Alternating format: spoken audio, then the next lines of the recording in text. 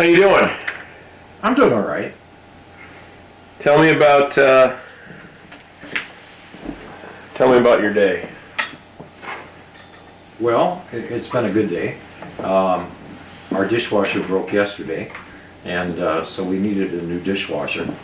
And so I drove up to Claire, and I found one reasonably priced. It's in the back of my car, and it's going to get installed tomorrow morning. So that's a good thing. And then Greg, you helped me out in the barn, putting away the stuff for the winter, and I got everything done I wanted to do. Great. Tell me your full name and the day you were born. Paul Clarence Siers. Paul Clarence Siers is my real name on the day I was born, April 29th, 1945. What's your earliest memory? I don't have many early memories like Mom does. Frankly, kindergarten is about as far back as I can go. I don't remember much before kindergarten. What do you remember from kindergarten? Excuse the... Oh, don't worry about it, because I'm going to cut all that stuff. So Okay.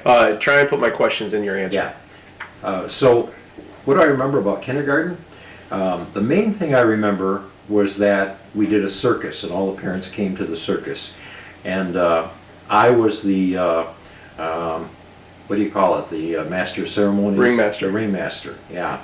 And I had a hat and a red vest and stuff like that, but I couldn't read. And so everything that I had to announce was done in pictures. So I had a scroll of pictures of things that I was announcing for all the different acts.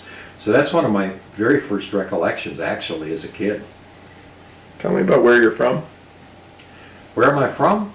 Well, I was born in Saginaw, Michigan, and grew up there most of my life. Studied all over the place, but basically I'm from Saginaw, from the east side of Saginaw, Michigan. Tell me the places that you've lived. Tell me the places that I have lived. Well, I've lived in Saginaw, and then I lived in Grand Rapids for a year. I lived in Grand Rapids for a while. Lived in New Orleans for a while. I lived in Rome for a while. I lived in Bay City for a while. I've lived in Grand Rapids for a long, long time. I'm sorry, Mount Pleasant for a long, long time. Can you do that sentence again? What? I lived in Mount Pleasant. Do that sentence about Mount Pleasant again. I lived in Mount Pleasant for a long, long time.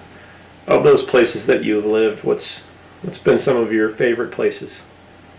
They're all favorites. I like every place that I've lived. You know, Grand Rapids was a little dicey because they had blue laws on Sunday. We were in a very strict seminary, and when my parents came on Sunday, which is the only day they were allowed to visit me, maybe once a month, we couldn't go anywhere because all the restaurants were closed. And so it was kind of iffy back then, but I was only there 1 year. Tell me about your memories of childhood after the circus, after kindergarten. What are some of the things you remember from being a kid? Well, I remember just hanging out all day. You know, we used to just go outside, and again, there were 6 kids in my family eventually.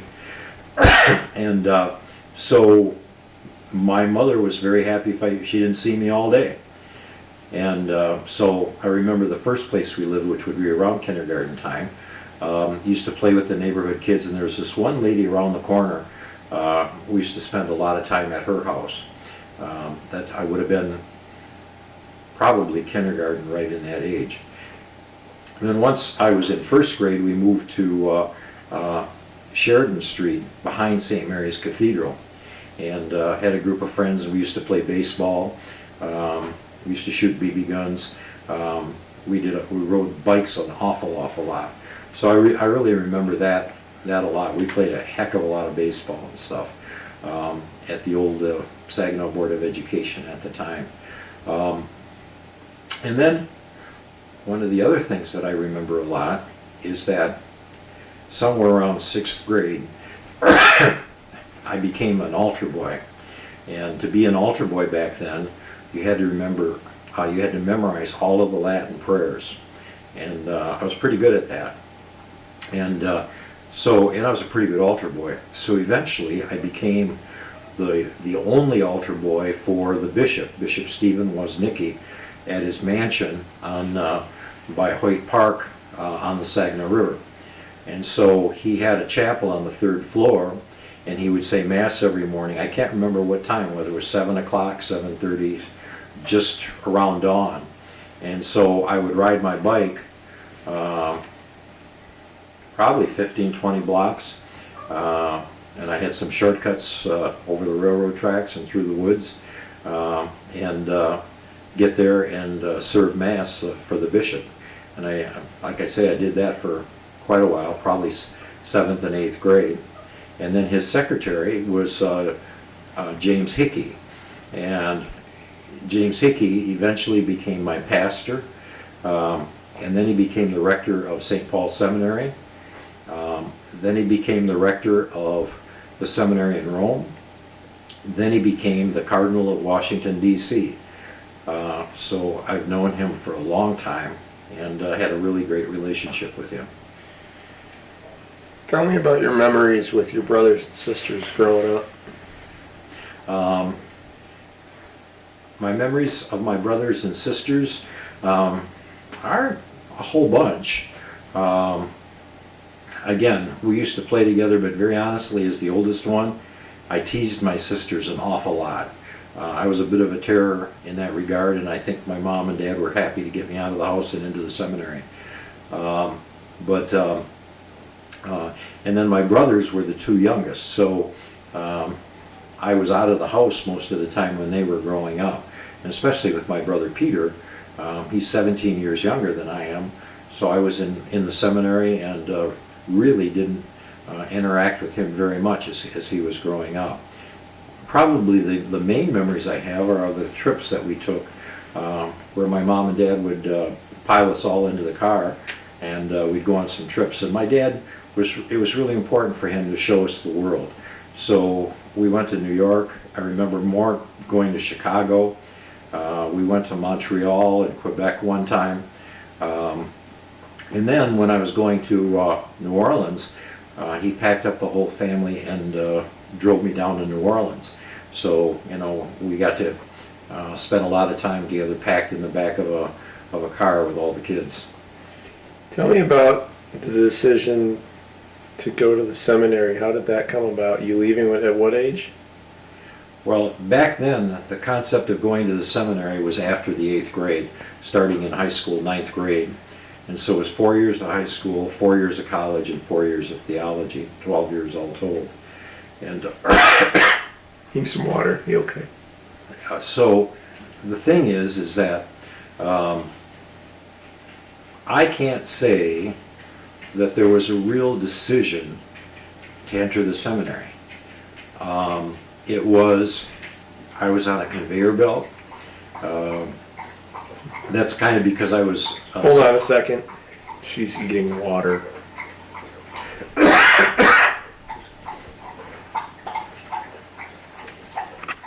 Sure. All right. So tell me about, you said you were on a conveyor belt. Yeah. So did you have free will, the choice to go to the seminary? Was it yours or your parents? Or Yeah, but, you know, it was... just say in my question, my answer. Or, yeah. Yeah, you know, did I feel like I had free will, or, you know, and yes, I did. And yet, it was kind of what I was expected to do.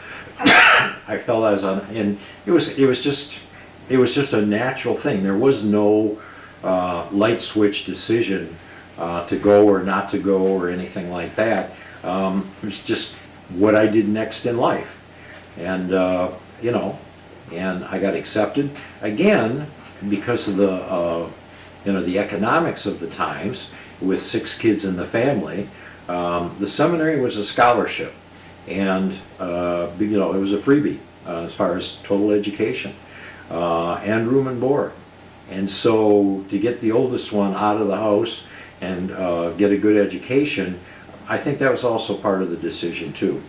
Also, my dad was in the Serra Club, S-E-R-R-A, named after Junipero Serra, And the whole purpose of the Sarah Club was to promote vocations to the priesthood and the sisterhood. And so that was a really big thing in his life and a big focus. And of course he was very proud of the fact that, that his oldest son was going to go into the seminary. It also hurt very, very bad when his oldest son decided to leave the seminary. But that's a later story. Started talking about that. Tell me about that. Well, I was in the seminary for 10 years, 4 years of high school, 4 years of college, and 2 years of theology in Rome.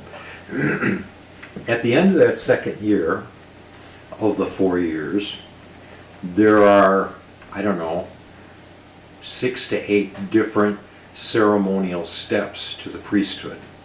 And you have to go through these different ceremonies.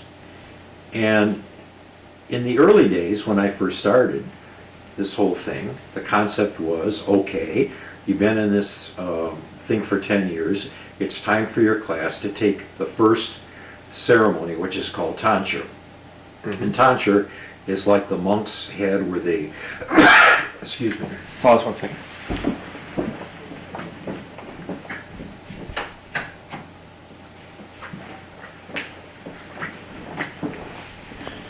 Go ahead. The first ceremony is called tonsure, and which is where the monks get their hair clipped, the back of their heads, like you see in the medieval monks. That's the name of the ceremony, and they do clip a little bit of your hair, but nothing big. So in the past, they would say, okay, it's time for your whole class to do that, and I would have gone right along with it. But after Vatican II, it changed, and they didn't say that. And what they said was this is the first time that you can apply for tonsure if you want to. Don't have to, but if you want to, this is the earliest you can apply. And I started thinking about it, and I said, I don't want to apply. I don't want to apply, not now, and I'm not sure ever. But I'd been on this conveyor belt for 10 years. And so that's what really got me thinking and really got me going, and ultimately led me to make the decision to leave the seminary. So tonsure was, redefine that for me just one more time. It's the first ceremony. Okay. Got it. Of you becoming a... Yeah. Okay. Leading to the priesthood. Gotcha. And so tell me about your time in New Orleans. What was that like? New Orleans was great. I had only been there a couple of days, and there were only maybe 8 to 10 guys. Ultimately, there would have been a couple hundred guys there, but there were maybe only 8 or 10 there back in August when my folks dropped me off. And about 2 or 3 days after they dropped me off, Hurricane Betsy hit. And so we were stuck in the thing in the middle of this terrible hurricane. And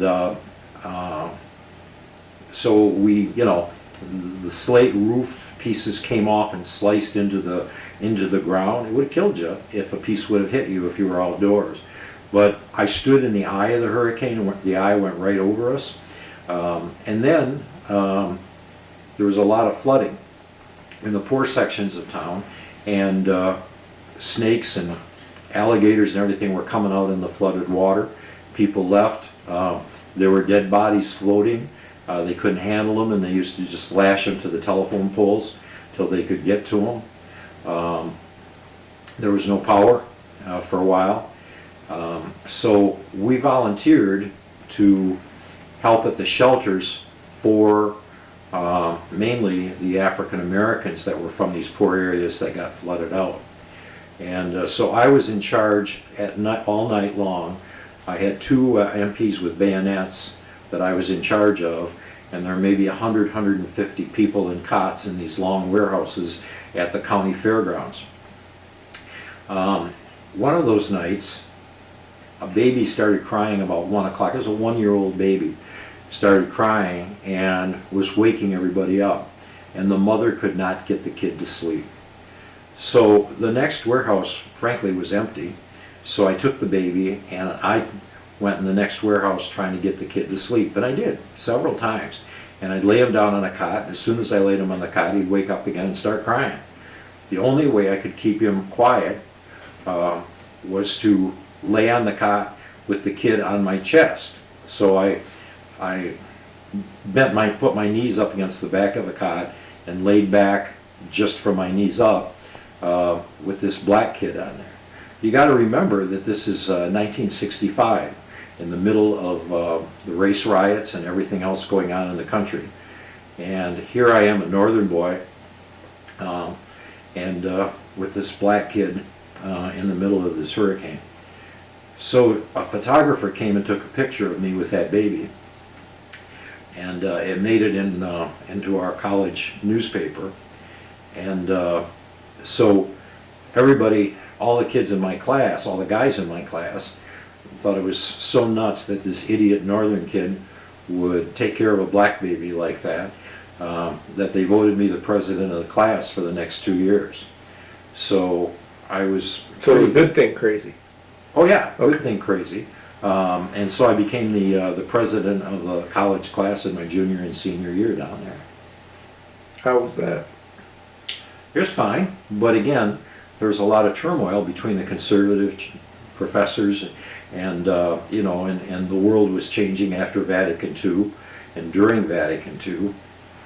And so there were some real run-ins with the authorities, with the leadership of the school.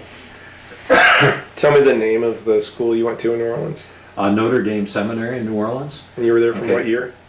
1965 to 1967. When I came back up here, it was like 30, 40 years later, I learned what the guys up here called that place. And they called it Notre Dame Seminary. Because apparently it had a reputation for homosexuality, which I was totally unaware of in my naivete, but apparently it was there. And several of the guys that frankly started the sexual abuse crisis in the United States were at that school right around the time I was there.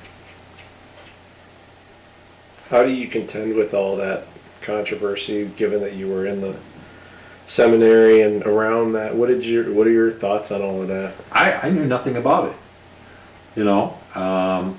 It didn't affect me at all. Again, I was very naive. I had no social consciousness about that as an issue at the time, and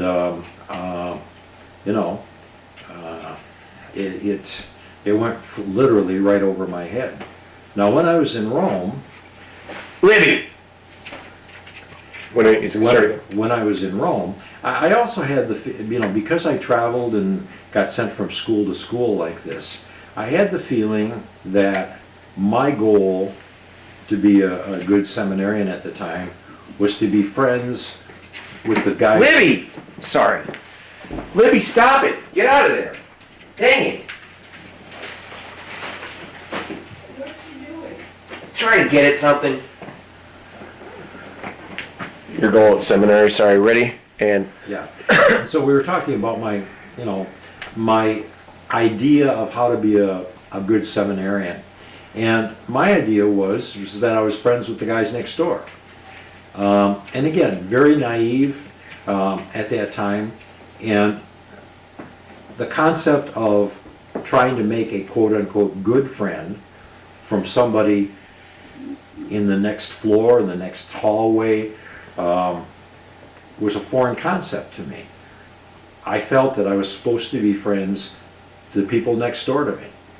And in the first couple of years, as I grew up in college and stuff like that, that served me fine. Everybody was cool.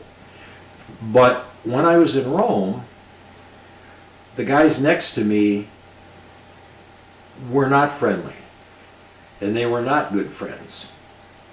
And that really bothered me.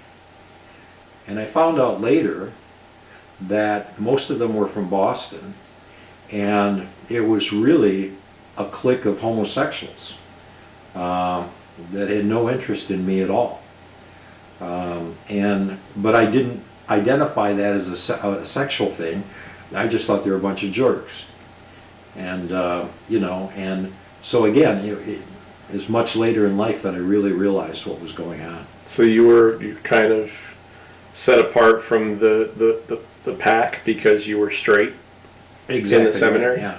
And yet one of my really good friends that I ended up with from another hallway, because I was not good friends with the people next door to me, we traveled together, we had a good time together and everything else. He became a priest in the Diocese of Washington, D.C., and he died of HIV. And I knew none of that, you know. And Bishop Hickey was his bishop at the time, and used to visit him every day as the guy was dying in the hospital. And as he told me about his death at a private dinner we had, the bishop was crying over that, but that was the reality. But I had no clue of that during my school years.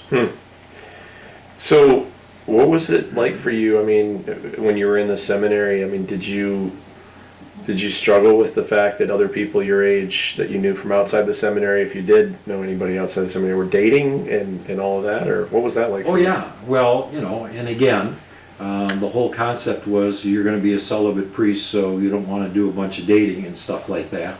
And you got to be careful of your friendships because you're going to be a celibate priest, you know.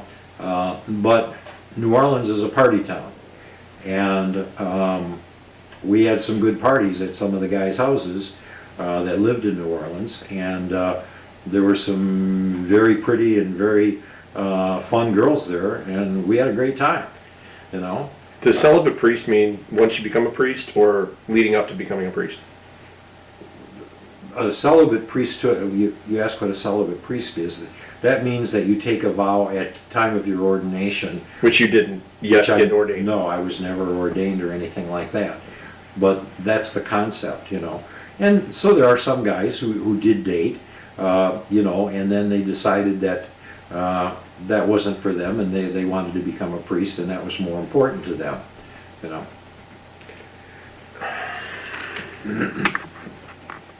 Hang on.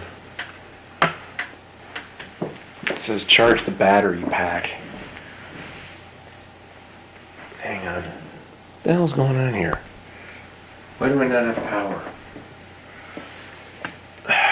I have juice on the top one. Why don't I have juice on the bottom one? This is dumb. Hang on one quick. So, tell me about your dad and your mom. Okay. You asked about my mom and my dad. They were really, really great 1950s. 1950s. Start over. You asked me about my parents. They were really great 1950 style parents. And what I mean by that is the man's place was to earn money and work out in the community. And my dad wasn't home very much. It was the woman's place to raise the kids and take care of the house. And my mom did that with 6 kids. Worked her butt off. And, you know, and then would fix herself up so she looked nice when her husband came home at 5 o'clock. But then he had committee meetings almost every night. He was extremely involved in the development of the city of Saginaw. He was a founding partner of the CPA firm Yo & Yo, and he was on the Diocesan Parish Council. He eventually was on the Sarah Club International Board and traveled all over the world with that. Those things were very, very important to him. But if you ask my brother Jim would say that my dad never took him fishing once. You know, my parents, none of my parents ever saw any athletic activity that I was ever in. I was in a lot of tennis matches. I liked to play tennis, and I was pretty good at it. But nobody ever came to see me, even in tournaments. And you know, and I played football when I was in junior high. Same thing. My parents never ever showed up for anything like that, and I had to take myself there on a bicycle. The concept of the soccer mom kind of thing is a new concept, and back then, you had to do it on your own. And especially again with 6 kids in the family. So was your dad working at those times, or was he out? Oh yeah, yeah. He was working late. Hmm? He was working late. Well, he had all of these committees that he was on and board meetings that all met at night. That's usually what he was doing. But there were times when he would come home drunk, having had some drinks with one of his clients after they got done working on the books, At least we think they were working on the books. So he did some drinking, and that did become a problem, later in his life. What do you mean it became a problem? What do I mean by it being a problem? He was never an Alcoholics Anonymous or anything like that, but my younger siblings, again, I wasn't home, so I have no recollection, no firsthand experience of this, but talking to my younger siblings, they remember my dad, coming home and sleeping on the couch and getting sick and all those kinds of things, quite often. We've never talked about this. Did you guys ever have to intervene? No, we never intervened in that, but it was an issue. I remember as a kid, he would fall asleep. He'd have the class next to him watching the game, and we'd be Sure. there for holidays Yeah. and stuff. Yeah, it was definitely an old school, like kind of, the stereotypical grandfather passed out watching the It's game. a stereotypical 1950s concept of a family. I feel that you, Greg, and Brian, and Carrie, and James are much better parents, and taking care of your kids, much more interactive with them, and I'm so proud of how you're doing that now. And again, I was kind of an intermediate thing because the model that I had with my dad was not that great. And, I did my best, but I would say the culture has supported you now, and you see fathers doing wonderful things with their kids all over the place these days and bending over backwards. And I'm just delighted to see that in the culture, because that's not how it was when I was growing up. You did, I don't know if I've said this to you, but you did, we're just talking, you did seem to be breaking a cycle, or Yeah. breaking a mold, or breaking away from something. Sure. And I remember that being tough for you, and that you were kind of writing your own blueprint for how you Oh, were supposed absolutely. to talk about that a little bit. Well, I did what I had to do, and you guys were so talented and so active and wanted to be so active. And again, our culture was changing at the same time, and so I was going along with it. But it took effort for me to do that because it was new and different, and I was, breaking the way, Is there any part of you, none of this is meant to be dark, okay? I'm just talking with you.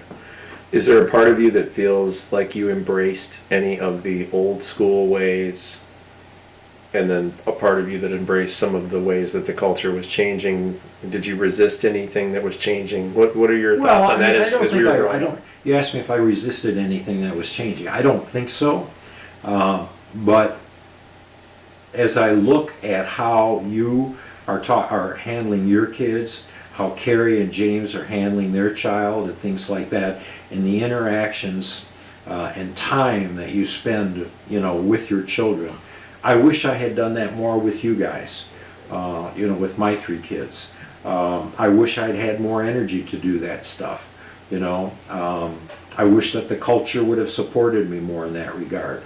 But I did what I could, at the time. What are you proud of in your life? I'm proud of my life.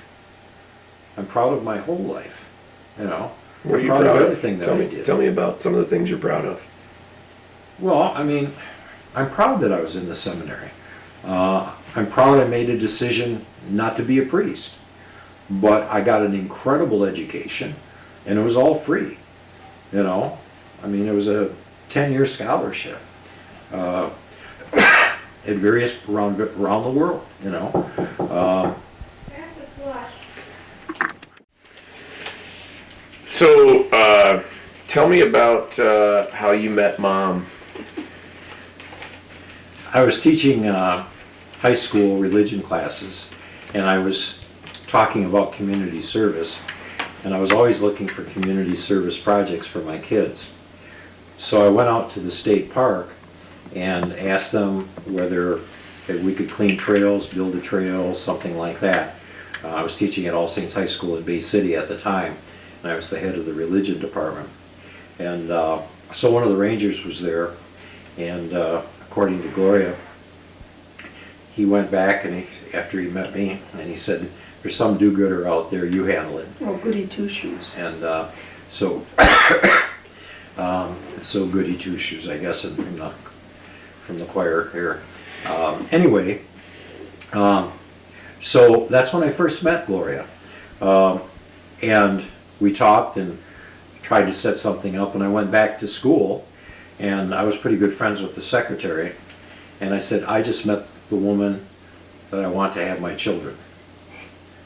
That was my first time I'd ever met her, and that was my first, first impression of her, and it worked out. Tell me about your courtship. Well, the problem is I was dating somebody else at the time, and wasn't sure about whether she was dating anybody else, but I had a trip planned out to California with Father Val Pullman, and he was going to show me California, and he was a black guy, and so we were staying with his relatives out there. Excuse me. So I went out to California, and I was there like 3 days, and I got a phone call that my grandmother died. And it was going to be like a, 14-day trip. And so I said, "Well, I'm sorry, my grandmother died." And I said, "But I'm out here in California." And my mother got really angry and said, "You've got to come home for the funeral. You can't stay on your trip. You've got to come home." So I cut my trip short and came home, and we had the funeral for my grandmother. But my girlfriend didn't know that. And so I had like 10 days free that my current girlfriend had no idea where I was. So I figured, what the heck? I'm gonna see if this other lady from the state park is free. And she was. And we started dating. That was the first date. And then it went on from there. And then eventually I, excuse me, broke up with the other lady. And, and then we got engaged, and I think it was it was about 1 year after I met her that I married her. How'd you get engaged? How'd I get engaged? Because I'd been in the seminary, I really had a strong, how do I say this? That the meaning of the word love was an extremely important word for me. And it meant an incredible commitment, a forever commitment. And I do not use and never have used the word lightly. My sisters and a lot of other people, every phone call, "I love you," kind of stuff. Okay. But to me, the word was very, very important. So when we were dating, I would say to Gloria, "I really, really like you. I really, really, really, really like you."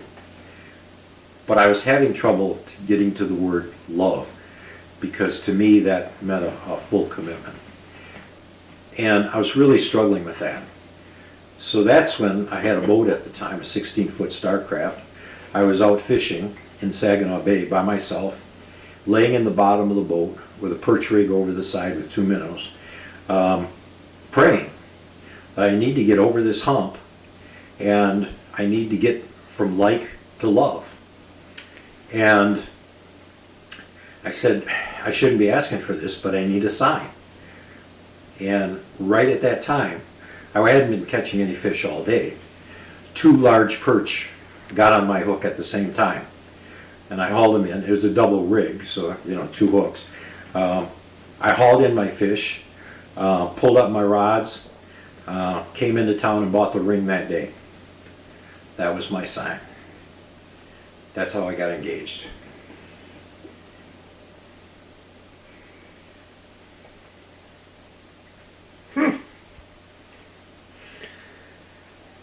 What, so after the seminary, well, tell me about Italy. Tell me about Rome. Tell me about working at the Vatican. Yeah. Italy was great. Just try and keep it down here a And, little bit, between like the bottom of your... Okay. Italy was great. I had a great time. And again, a lot of the guys were focused on staying in the seminary and praying and all that kind of stuff and studying their theology. I was focused on outreach and doing things in the community. And so, yeah, I worked with guys in the Vatican that worked with African students coming to town. I was working with a group, Monsignor Musarano, who had a group of, these weren't seminarians, they were just foreign students from all over the world. We'd get together and party and drink and exchange ideas and politics and food and stuff like that. So I was involved with that group. And trying to remember the name of the lady that was a part of the group too. I'll have to think. Sacchetti. B.D. Sacchetti. And the Sacchetti family was extremely rich. They owned a mansion that was actually the house built by San Gallo the Younger, who was one of the architects on St. Peter's. And so the father was the chairman of the board of the Bank of Rome, and he lived on the first floor with magnificent frescoes and stuff. And B.D. and her husband, young couple that they were, lived upstairs. And so I used to go over to their mansion and meet with them. So I got to meet some people there. I worked at FAO, the Food and Agricultural Organization. The world headquarters is in Rome. I worked with them. I did a lot of things, and Father Bob would say that he's never met anybody who learned more Italian in the first 2 years that they were there than I did. That my ability to get around the city and to make contacts and get involved in things. I was an undercover, deep cover source for National Catholic Reporter after the Second Vatican Council. They used to call me up and ask about stuff, reporters would. My name was never in the papers, but... How did that come to pass? I can't remember. I can't remember how I got that contact, or how they got contact with me. So deep background. Is what Deep background, that's the word I wanted, yeah. So National Catholic Reporter is who you were the source for? Yeah. Were you paid? No. Why were you doing that?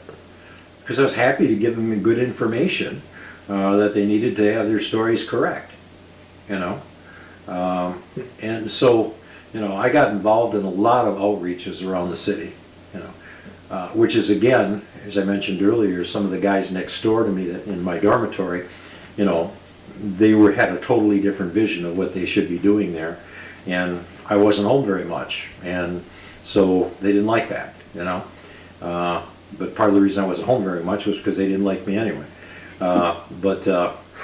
So I had a great experience in Rome, and not to mention seeing all of the sights and all that kind of good stuff. I think after that story that I've got a new nickname for you.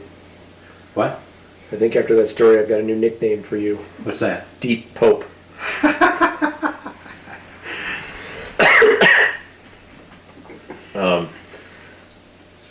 So, we talked about New Orleans, we talked about family, we talked about Rome, we talked about Mom. Tell me the story about eating the flowers on the table when you guys were dating. Oh, well, Mom introduced a whole new world to me about natural stuff and, you know, edible stuff and things like that. And that was all brand new to me because in the seminary, while I had a lot of liberal arts classes, I had no science, well, very few science classes and nothing real practical. And so that was a whole new world to me that I was really excited to learn about. And so that's where that came from. And it just so happened my mother had those on the table one time, and I took advantage of it. Eating, can you just say? And then that's eating the violets at that time, yeah, off the table. Yeah, it really freaked her out. Did you ever get into any big kerfuffles with your parents? No, you know, there were. My dad loved to have heated arguments about topics of interest. The church, mainly about the church, morality, maybe about politics once in a while. What did he argue for? What were some of his points of view that he held very strongly? The points of view that he held, I mean, we didn't have the labels liberal and conservative way back then. Again, I and the kids were, I suppose, on the more liberal side, and he would take the more staid, tried and true side, particularly regarding the rules of the Catholic Church. So we had a lot of quote-unquote heated arguments, but they were not personal arguments. There was, as I mentioned earlier, very few personal discussions of any sort, but there were a lot of intellectual discussions about topics of the day. Why do you think that was? Because they didn't have the equipment. Again, part of it is the times, but they also did not have the ability to articulate their feelings. And feelings were tamped down in the family. You know, they weren't discussed. They weren't, you know, that was not a priority. And again, that's a 1950s morality thing, you know. So, tell me about your feelings about your last name. You said when you introduced yourself, you said your last. Well, you know, again, my original last name was Siers, but back at the time that my dad was entering the business world and was working as a CPA, the culture at the time was that you wanted to have an American, quote unquote, American last name, an English last name, not an ethnic last name, as is the case now. And so there was a lot of people changed their names, so my dad changed his name and shortened it to Siers, and then eventually his brother did the same thing. Are there any other stories about growing up? Any lessons that you learned that still stick with you? That this talk has caused you to think about? Were there any other lessons? Any things that you learned? Any things that stick out? Any important pivotal moments for you growing up that we haven't touched on yet? You asked about pivotal moments. I mean, there's so many, you know. Tell me about a couple. Tell me about some of them. Well, I mean, you know, I got sent from school to school to school, and that was exciting news and stuff like that. And you know, there were a lot of things like that. I suppose the one that really sticks out in my mind, besides my decision to ask Gloria to marry me, was the actual moment that I decided to leave the seminary. And so it was on the sand dunes at Lumberman's Monument with Father Charlie O'Neill. And we were sitting up there admiring the absolutely magnificent scenery up there. And he was the one who said, admit it to yourself, you should be leaving. And I'd been fighting it, and that was the key pivotal moment in my decision to leave. And that's why that place is so important to me, because that was one of the key moments of my life. Were you leaving something or going to something? oh, I was leaving something. I was jumping off the conveyor belt. I was admitting that I was jumping off that conveyor belt that had been causing me issues. The last 6 months of, how can I say this? The last 8 months of my time in Rome were not happy. And I think I was actually quite depressed because I was fighting with myself because I knew I should leave, but I didn't want to leave because I was on the conveyor belt. And also, Busha Haremsky's husband, Judge Haremsky, was coming to Rome at the time, and I was preparing for his visit. And at the same time, we had our tests. And in Rome, you had never had any homework, and there was only one test a year. And it was a 10-minute oral test with a professor. The first year was always in Latin. The second year was in any language you and the professor had in common. And so I did the first year in Latin and I passed. The second year I did it in Italian. But again, that was right after he left. I was depressed. I didn't study well because they could ask anything that was lectured on during the whole year by any professor. And so you had like 4 to 6 weeks with no classes, and all you did was prepped for that 10-minute verbal test. And I flunked. And it really bothered me, and I knew I was coming home. And so I came home, worked with Father O'Neill that summer, and made the decision to leave. But I flew back to Rome, restudied for the test, and the professor said, I'd love to give you a higher grade, but this is your second time around. I can give you the highest grade I can in the second time around. So I got, I passed second time around on the test. And then I flew home and officially took my leave of absence. Again, because of the emotions of the time and in my family, to say I quit, I'm never going back, I couldn't at that time say that or admit that. But I could say leave of absence. My parents understood that. And then it gradually just kind of worked into he's never going back. So that was kind of a gradual thing on, realization on their part. Took a lot of strength to have to do that. Sorry? Took you a lot of strength to have to do that. It was Oh yeah. a bold move. Yeah. Well, I mean, it's the same as getting a divorce, and other major decisions in one's life. Do you feel like you ever reconciled that decision with your dad and your mom?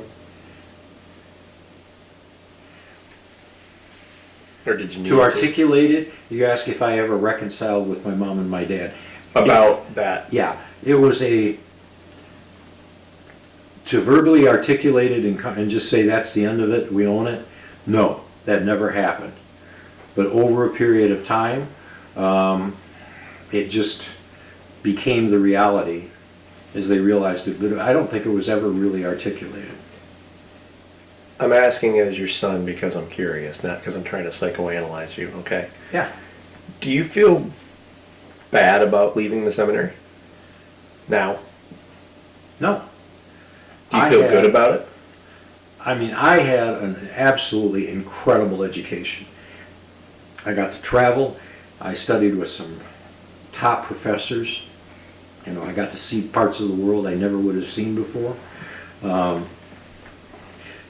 mean, we took to get us there, they sent us on a 10-day cruise from New York to Rome. And we stopped in Madeira, we stopped in La Palma where the volcano's going on. I mean, I went to incredible places, all on their nickel. And it was wonderful, So, but, I knew that deep down, the realization came to me that that wasn't for me. That I was on the wrong conveyor belt. I was doing the wrong thing, and it was eating at me more and more and made me very depressed that last 6 to 8 months that I was in Rome. And it was very freeing when I made that decision, like a huge weighted blanket had been lifted from my shoulders. Like it was a positive thing, Oh, it was a very positive thing, not yeah. like you did a negative thing. Right. Was there anybody who told you at the time that they were against you leaving, that it was the wrong choice for you? No. Good. You know, and again, Bishop Hickey was the rector in Rome at the time. Father John Siers was there, a bunch of other guys, and they had a going away mass for me, a private mass, and everybody cried, you know, and stuff like that. And you know, nobody tried to make me stay. And it was real interesting. There was a Monsignor Chambers from Buffalo, and he was like the treasurer of the whole school. And he took me, he was a grandfatherly kind of guy, and he took me for a walk under the pines of Rome, overlooking St. Peter's, and under the pines outdoors. And I'll never forget that walk. And one of the things he said was, he said, when you leave and you look for a job, if you get a job with the church, you will never leave that. If you get a job in the real world, then you'll be fine for the rest of your life. And so when I came home looking for work, I stayed away from church work and got a job at Michigan National Bank as a management trainee. But this was during the time of the Vietnam War, and the only way I could get a deferment was to teach in a church situation. So I did do church teaching, but I got out of it as soon as I could. So you were against the Vietnam War? Basically, yes. We did, Bishop Hickey and a bunch of us, a couple hundred of us, did a protest march in Rome that I participated in at the time. But for me, I mean, I had all the tests. They were ready to draft me, you know. But for me, it was going from one structured institution that I'd been in for 10 years going into another, and I simply couldn't handle that. I could have gotten a good job in the Army or in the military, but I tested well. But you know, I just didn't want another institution, and so that's why I quit my job at the bank and went into teaching. And actually, I was friends with the clerk at the draft office, and she actually hid my paperwork in the bottom of the file cabinet, and they audited her and found my paperwork, and I got called up, you know, to go down and get tested down in Detroit about a week or two later. Wow. Are you against war? More and more I am. You know, you got a whole bunch of young boys getting killed on both sides for something that a bunch of old guys want to do or don't want to do. And you know, it just, in my mind, makes very little sense anymore. In your young life, you made a very strong decision to break away from, as you called it, the conveyor belt of what you were on the road to doing. What do you think about the path that the world is on now?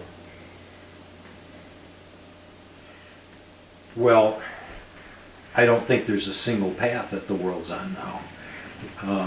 I think that there are multiple paths, many of them conflicting, and we're more aware of them, I think, because of social media and things than we ever were before. They probably were already always there, but we just weren't aware of them. And we're so aware of them now that, you know, you realize the divisiveness of what's going on, and not everybody's alike, and not everybody thinks the same way. But we have to come to a common ground. There's a seminar going on in the next week or two about where is the common good. That we have to be able to understand that there's some things that are done for the common good that go against your individual rights. You know, you can't drive on any lane on any expressway. You can't go the wrong way on an expressway. You've got to go, you know, in the lanes they go all go in one direction the way you're going. You know, you can't go through red lights.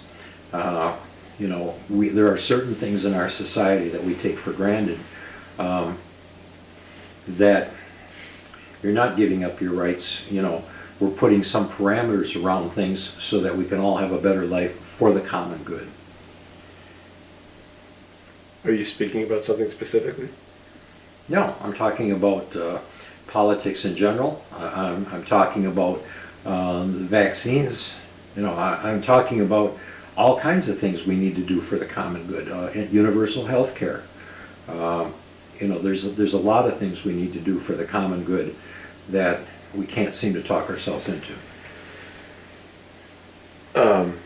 This is the kind of question I would ask at the end, but you're just talking about the topics, and it's causing me to ask this question a little earlier in the conversation, because I want to talk about your growing up and your processes. But, you know, thinking about the way the world is now and the fact that you've got grandchildren now, you've got 4 grandchildren, what would you have to say to them about what you've learned about the world and what you hope for them in the world, and what their place is that they find within it? Any advice that you have for them?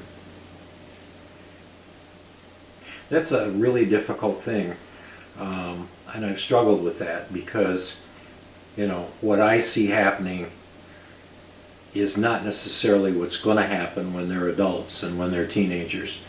And the best thing that I can hope for them is that as they grow up, they become the most educated person they can be, the most moral person that they can be, the best that they can be. And because they're going to have to deal with problems and issues that we don't even have names for yet. And so, you know, we each have to fight our own battles in our own generation, but you got to have the best tools you can. So, you know, to me that would be it, is just get the best education, develop yourself as best you can, you know, to the best of your ability, in as many ways as you can, because you need to be diversified. And something that you did in 6th grade might be something that is going to serve you very, very well later on in life. Can you think of a time in your life, as you talk about moral choices, apart from the leaving the priesthood, which you've described well, that you've been challenged morally, or that you found you've had tough decisions that you've made? And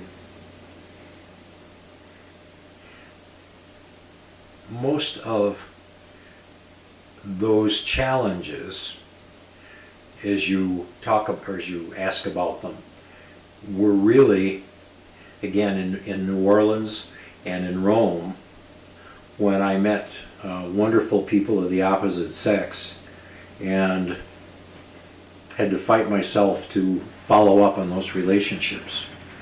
And because you were becoming a priest? Because I was supposed to be becoming a priest. And again, that just got harder and harder, ripping me up inside, you know. And that's why it was such a relief when I finally made the decision that that's not where I want to go.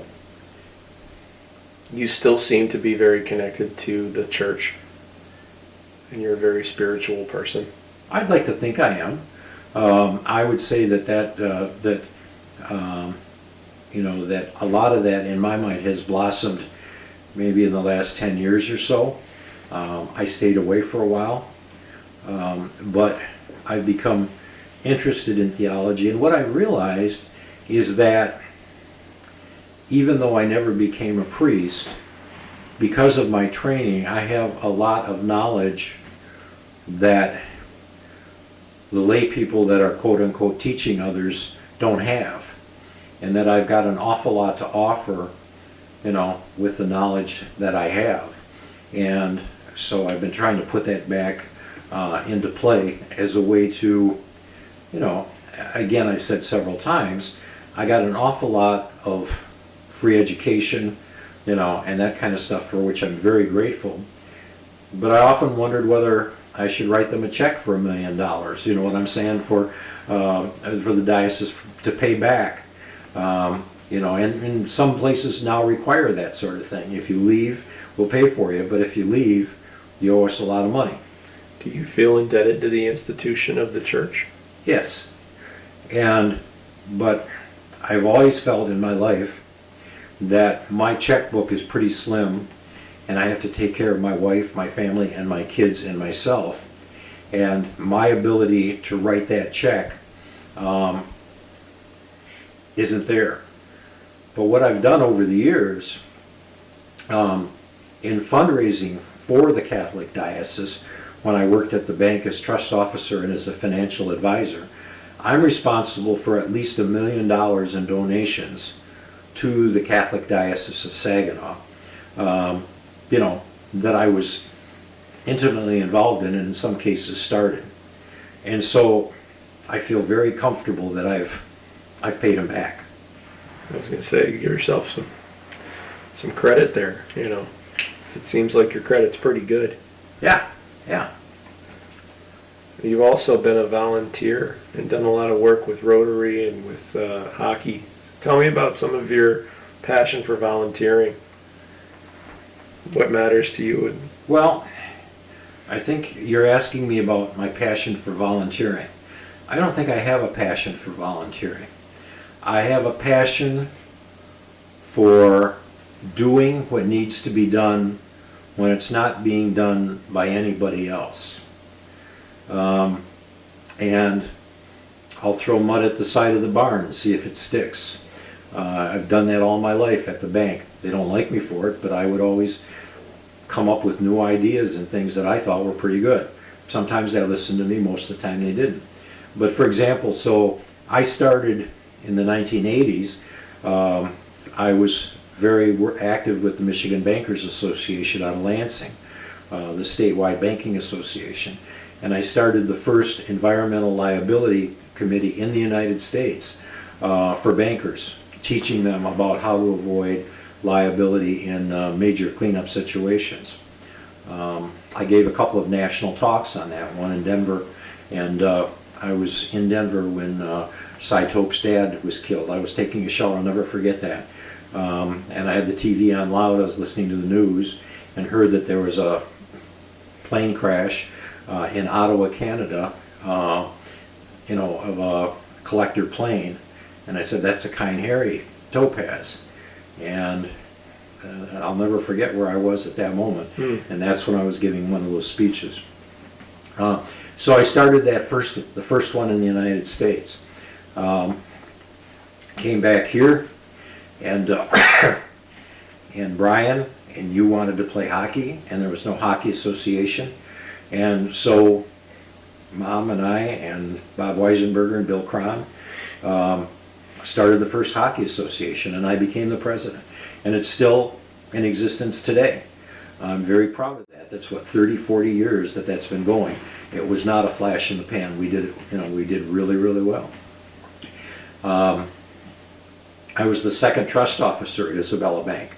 And when I walked in the door, they had $2.6 million in assets. And when I left that position, there was over 90 million, mainly because of me. And then they asked me to start the brokerage operation from scratch. We had 0 assets, and 17 years later, I don't know, 180, 200 million maybe in assets. You know, so I do, and then my berries, just an invasive species. Everybody wants to kill them, but they're really good for you. And so I decided to, you know, harvest the berries. And even though everybody laughed at me, and we're still laughing, but my point is that I do things that I see need to be doing, and I'm not afraid to do them, even if I'm the first one to ever try it. So I have my own thing about volunteering, you know, taking care of Joe Strauss, taking care of Jim Hughes, you know, even after they died. You know, people at Sacred Heart and other churches like to join groups so they can quote unquote help the poor. I have what I call Siers Ministries, that I just do my own thing, and I don't need to join a group or volunteer with anybody. It comes to me, and it just happens.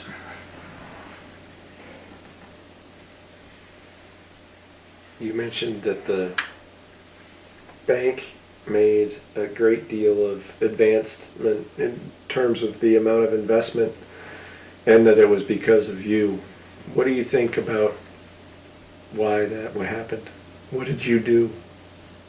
I'm sorry, You mentioned that the bank gained a lot of investment and had a lot of money in their coffers. Sure. And, because of the work that you led, and I Yeah. agree with you. Yeah. I'm just wondering if you can put a finer point on what you did and why, what was it that allowed that to be successful for the bank, but for you and because of you? Well, I mean, it's marketing.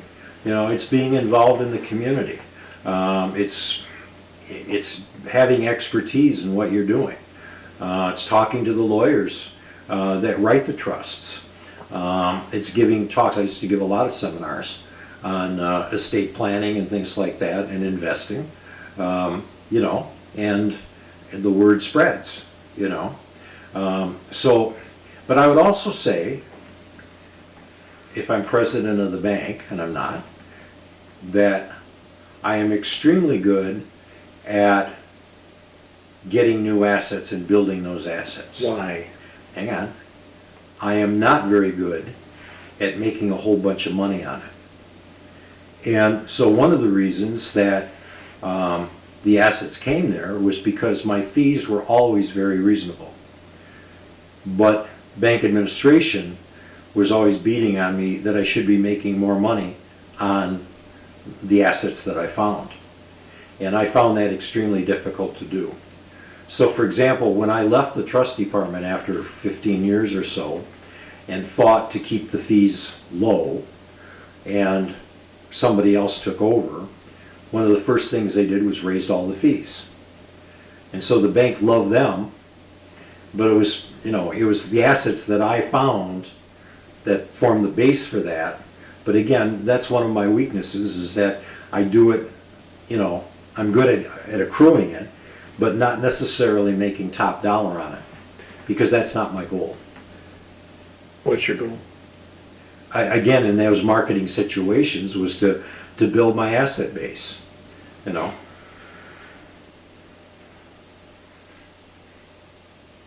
As a little kid, we're just talking now. As a little kid, I didn't understand what a trust officer was for a long time. And I'm trying to get you to realize something that maybe you realize and you're just not saying, but I'm not sure you realize it in listening to you, is that your goal was to get your asset base up. But I think your skill was that people trust you. That's a good point. Yeah. You were the trust officer. Sure. And that's exactly right. And you're helping people because you give a shit. Well, and that's a key point too, is that for a lot of the officers in the bank, the key thing is to make as much money as possible for the bottom line of the bank. For me, my key thing through my whole career at the bank was to help people. And it was in my sessions in my office as a financial advisor, the initial excuse why they walked in the door was a question over some of their investments or their money. But oftentimes the discussion ended up about a kid that's off in jail, or a psychological thing or something like that. That was their entree to me and my entree into their lives. But my ultimate goal was to help them, and that wasn't true with every bank officer, But so that's why I was very happy with, and that's why also though, why they didn't put me in I wasn't one of 10 loan officers, for example. They always kind of put me off on the side because they didn't know how to handle me. So they put me off in the trust department with just a couple of people. They put me off to start a whole new financial advisory thing, and I was the only one for a while. They kind of put me off on the side and just kind of let me do my own thing, which I did. I mean, I would argue that you've had a ministry this entire time. Absolutely. Yeah. I agree. You've had a collar. Go ahead. He didn't get a collar from being in the seminary. But through the whole time I've been married to him, he's had a collar. And it's the way he treats people. That was his ministry. He didn't have to be an ordained priest. Mm-hmm. And, you know, when you're in a store somewhere and you're shopping and somebody walks up to Dad and bursts into tears and thanks them for taking care of their family and stuff like that, that's why he did what he did. Right. Not to make a huge profit. Yeah. So he, in my estimation, I always thought to myself, he always had a collar on. Honestly. Yeah.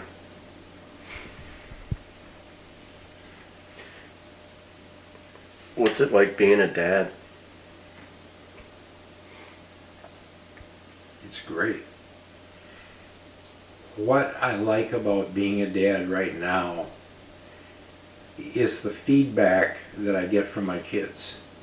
That sometimes you try and do everything right and it's out into the open air and you can't judge whether you're doing well or not. We talked about that with regard to your speeches. But you kids as adults right now are giving me some incredible feedback on my parenthood and my fatherhood, you know, and it's very positive and it really, really warms my heart. Like what? Like what? Like just simply, we love you, Dad. Like today, you helping me out at the barn. You know, these are wonderful things. And there have been times in the past when you haven't been quite so active and are willing to help, but all of you guys these days have just been incredibly wonderful about that as my health has issues. But, you know, I've learned to articulate my love for you, and you have recognized that, and, you know, you're giving me good feedback on that, and I just love that. Just warms my heart.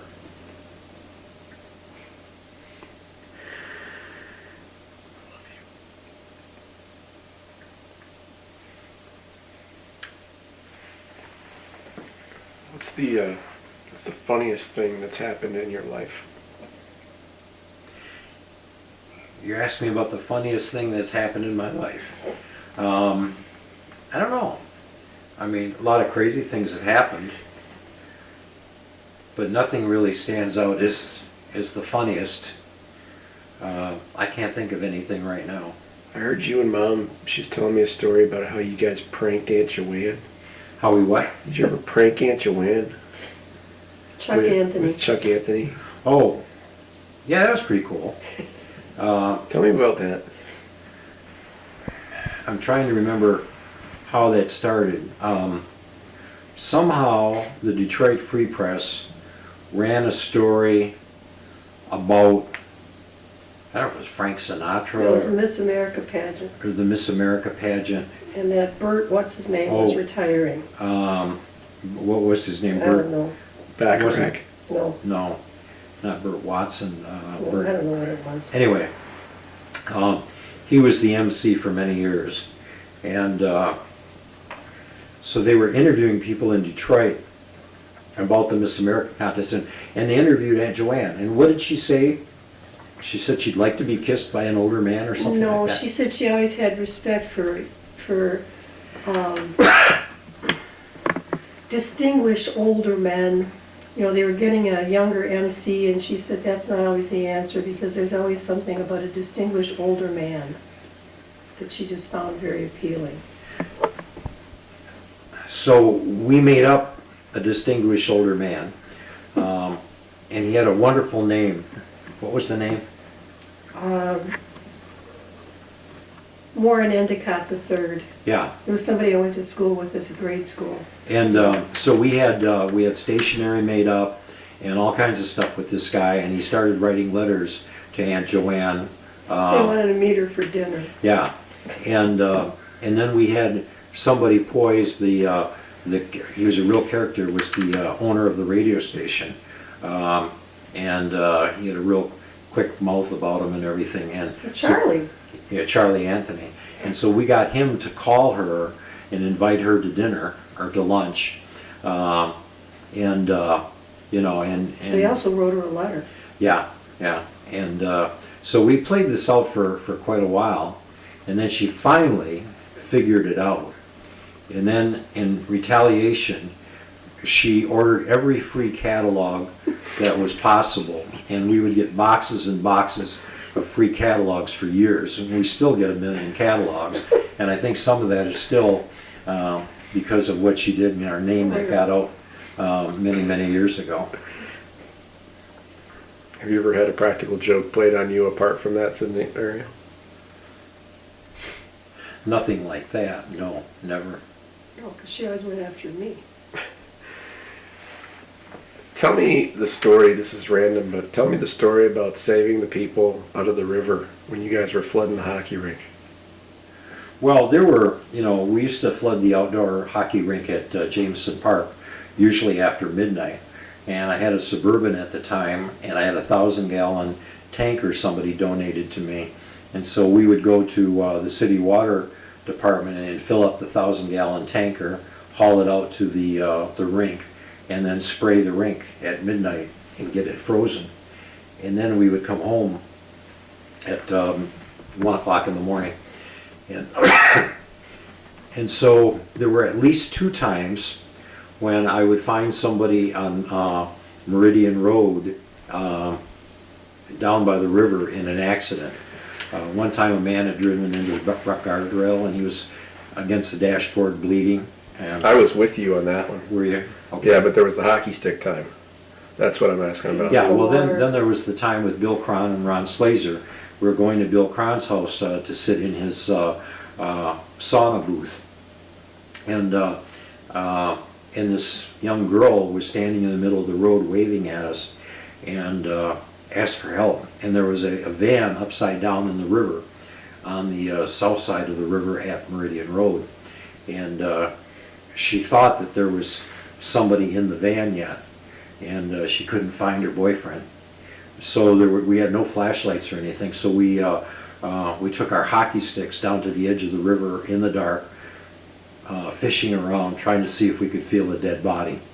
Obviously we called the cops, we got the neighbors woken up, and by the time we got lights, we realized that the boyfriend, who was bleeding rather badly, was up on shore already, had been on shore the whole time, and we got him in an ambulance, and there really were no bodies in the river, but we didn't know that for a while.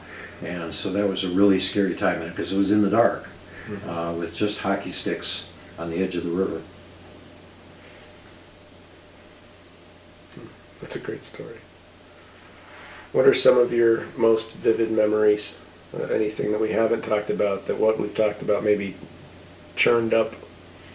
Anything, any pivotal moments in your life that We've talked we haven't about, discussed? We you talked asked about a lot. pivotal moments. Yeah. I think we've we've covered most of them, What is the? except the birth of my 3 children. Talk about that. The birth of my 3 children. You know, I mean, those are really exciting and scary moments. And I would claim that if a father does not have religion when he goes into the birthing room, he has to have religion when he comes out, because it's such a scary experience about what can happen and what does happen at that moment. Do you want to say anything else on that? That's enough. You've used the word religion just there, and I find that interesting because I think you're a very spiritual person, and you practice a religion, but you seem to be more of a spiritual person than a religious person. And I wonder what the difference is to you between those 2 words. Well, in our society, I think they have a different meaning than they do for me. in our society, a spiritual person is a person who believes in God, who may pray, that sort of thing, but does not want to be attached to any institution because of the negativity attached to many institutions these days. In my mind, I belong to the Catholic Church, even though there are a lot of issues with the Catholic Church, but there's an awful lot of good things. And I believe in the Eucharist and the Mass, and those are focal points of my religion, and you can't get those on your own. Those are institutional things that I take advantage of. But then I figure that I go off and develop my spirituality and my relationship with God, not in spite of those things, but with the help of those things, I guess I would say. So I see them as complementary, and not as current society would as two separate things far apart. Do you feel there's anything about you, in the way that the choices that you've made, or a time where you felt very misunderstood? Have I felt misunderstood? Well, sure. I mean, I think we all do. Again, at the bank, I mean, I think throughout my career, again, I'm not quite sure they didn't know how to take me, and so I felt misunderstood there. But in the rest of my life, I really don't. That's not something that sticks out in my brain. I'm going to ask the reverse of this question in a second, but what is your greatest regret?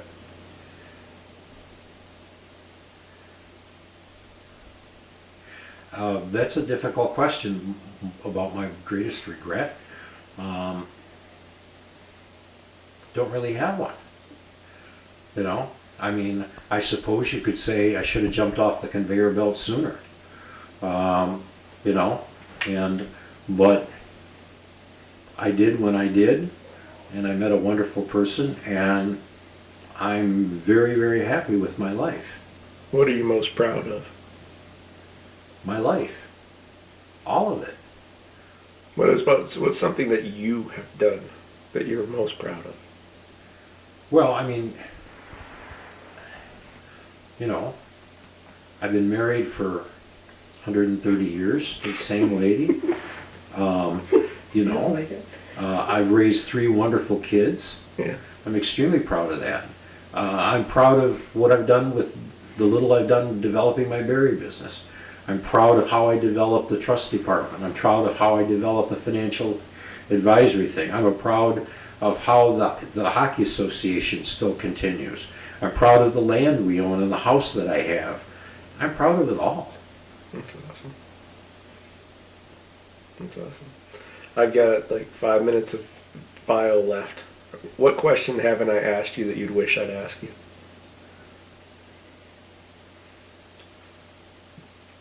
I really don't know what other questions there are out there. I mean, You've given a lot of really good stuff, just in terms of having this and knowing that you've been able to share this and I've been able to record it. The goal of doing this is just to have it. I understand completely. And I've wanted to do this for 15 years. I know you have. Yeah. And I finally got this stupid thing here. So I appreciate you indulging me. But do you have anything you want to share, or any thoughts at all about anything? I mean, every one of the things, the places that I've lived and all that, there's multiple stories about things that went on there, I'm thinking right now about New Orleans. I took classes at Xavier University, which was a black school, and I took American history there. I was the only white guy in the room, I became very good friends with some of the black students there, and that's where I learned to love jazz. So there's a lot of things like that I did that are, underneath the stories that I've already told. You just mentioned you like jazz. What other kind of music you like? Gregorian chant. So you like jazz and Gregorian chant. Do you like any rock and roll? Do you have a favorite band? No, I don't. Again, when I was in the seminary, in the year, especially in the high school years, we weren't allowed to listen to the radio or watch TV. And so I know no bands. I know no music. So you're not like a Who fan or a Led Zeppelin or Rolling Stones fan or any of that? I'm nothing. No. Okay. And, you know, and when I got out of the seminary, you know, Huey Newton and the, you know, who's Huey Newton? What's his? Huey Lewis? Huey Lewis and. That was in 1980. Close enough. That was in, you're 10 years, 10 years back. But, you Yeah. know, and so, and the other thing is that while Mom and some of you guys are, you know, listen to the lyrics, I have trouble understanding the lyrics. And so I'm a music person. I'm listening to the melodies, okay? And I enjoy the melodies. I have no clue about the words of most of the songs. But I have no favorite anything. All right, so we're going to do a lightning round. Okay, it's a little bit of pop culture, but I'm not going to do a music one. So what's your favorite TV show of all time? See, I don't have favorites. No? No No. favorite movie? No favorite No. book? No? No. I mean, I like a lot of books. I like a lot of, you know, I love a lot of melodies, you know. I love a lot of movies, but I don't have favorites, you know. And that's another thing is, you know, in the seminary, if you're going to be a priest and if you're going to hear confessions, you can't judge people. You have to listen to them and offer them forgiveness, but you never ever can judge them. Okay. And so, you know, I don't judge people. I don't judge things. And, you know, Mom, on the other hand, you know, she's got an opinion about everything, but, you know, she'd have a favorite music, a favorite musician, a favorite movie and stuff, because you're judging it and you've got an opinion on that. But in the training that I had over those years that stayed with me, is I'm extremely non-judgmental about an awful lot of things.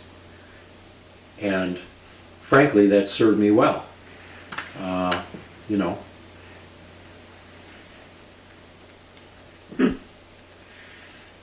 Cool. Anything else? That's all I got. You did really good. That was an hour and a half worth of. Really? Yeah, it Solid. flew. Yeah, it flew. Well done. I'm sorry I didn't get to this because we No, ran it up. Every once in a while I see these